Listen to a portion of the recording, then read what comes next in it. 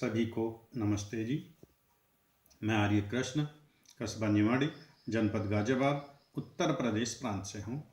मैं अध्यापन के कार्य से जुड़ा हुआ हूँ और वर्तमान में आर्य समाज के लिए ही प्रचार प्रसार का कार्य करता हूँ।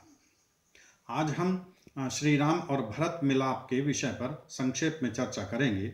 जिस समय भरत जी समस्त अयोध्या वासियों के साथ श्री राम से मिलने वन में जाते हैं और पर्णकुटी में श्री राम को बैठा हुआ देखते हैं तो मन में बड़ा दुख उत्पन्न होता है और वो श्री राम की ओर बढ़ रहे हैं। मन में विचार यह आ रहा है कि हाँ, मेरे कारण मेरे भाई की आज यह दुर्दशा हुई है। ऐसा सोचते हुए वह मूर्छित होकर मार्ग में ही गिर पड़ते हैं। श्री राम दौड़कर भरत जी को उठाते हैं, जल सिंचन द्वारा उनको चेतन किया जाता है और फिर उनको भरत और शत्रुघ्न को गोदी में बैठाकर प्रेम से कुशल क्षेम पूछते हैं। भरत से पूछते हैं, हे भाई, तुम माता पिता की आज्ञा का पालन करते हो ना? गुरुओं की सेवा करते हो ना? राज्य की व्यवस्था ठीक ठीक करते हो ना? यज्ञ संध्या आदि करते हो ना? अपने राज्य का पालन और प्रशासन नीति शास्त्र के अनुसार करते हो ना? भरत जी कहते हैं, हे भाई, आप मुझसे ऐसा क्यों पूछ रहे हो? हे तात, पिता का देहांत हो चुका है, आप ज्येष्ठ पुत्र हो, चलो आप अयोध्या चलो और उस राज्य को स्वीकार करो। श्री राम कहते हैं, भाई भरत, मैं तो पिता की आज्ञा से ही वन में आया हूं। मैं तो पिता की आज्ञा का पालन करने के लिए ही वन में रुका हुआ हूं। यह राज्य पिता श्री से आपको मिला है, आप इस राज्य का भोग कीजिए। भरत जी कहते हैं, हे तात, मेरी माता ने मेरे पिता से यह राज्य प्राप्त किया, माता से यह राज्य मुझे मिला है और अब मैं इस राज्य को आपको सौंपता हूं। आप इस राज्य को स्वीकार कीजिए और आप ये अयोध्या चलिए, इस राज्य को आप स्वीकार कीजिए।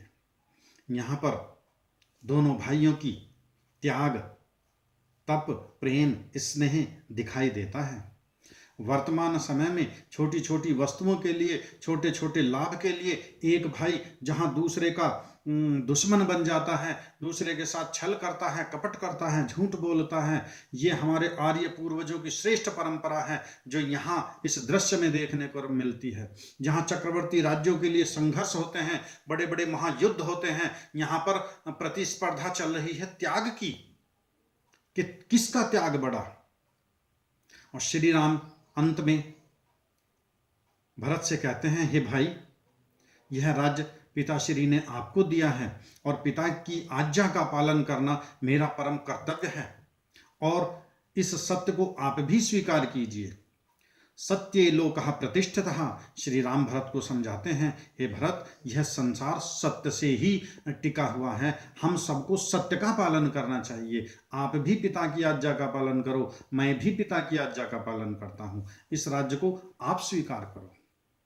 अंत में जब श्री राम की माता, गुरुजन, मंत्रीगण सभी समझाते हैं, किंतु श्री राम अपनी प्रतिज्ञा पर दृढ़ रहते हैं, अटल रहते हैं, तब भरत जी श्री राम की चरण पादुका लेकर अयोध्या लौट जाते हैं। किंतु जाने से पूर्व ये एक प्रतिज्ञा लेते हैं कि हे भाई, यदि 14 दिन पूर्ण होने में 1 दिन का भी विलंब हुआ तो मैं अग्नि में कूदकर भस्म हो जाऊंगा, फिर मैं आपको जीवित नहीं मिलूंगा। श्री राम उसको आश्वासन देते हैं कि हे भाई, मैं 14 वर्ष पूर्ण होते ही तुरंत अयोध्या लौट आऊंगा।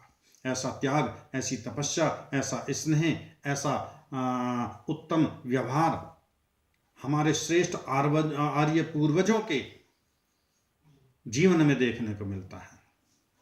मैं आप सभी से अनुरोध करता हूं, निवेदन करता हूं कि आप सब महर्षि वाल्मीकि कृत रामायण का अवश्य अवलोकन करें, बार बार उसका अध्ययन करें, स्वाध्याय करें, सत्य को जानें और इस सत्य को इस समाज राष्ट्र में प्रचारित करें, प्रसारित करें। तभी हमारा परिवार, हमारा समाज, हमारा राष्ट्र उन्नत बन सकेगा, विश्व गुरु बन सकेगा। आप सभी का बहुत बहुत धन्यवाद। सभी को नमस्ते जी।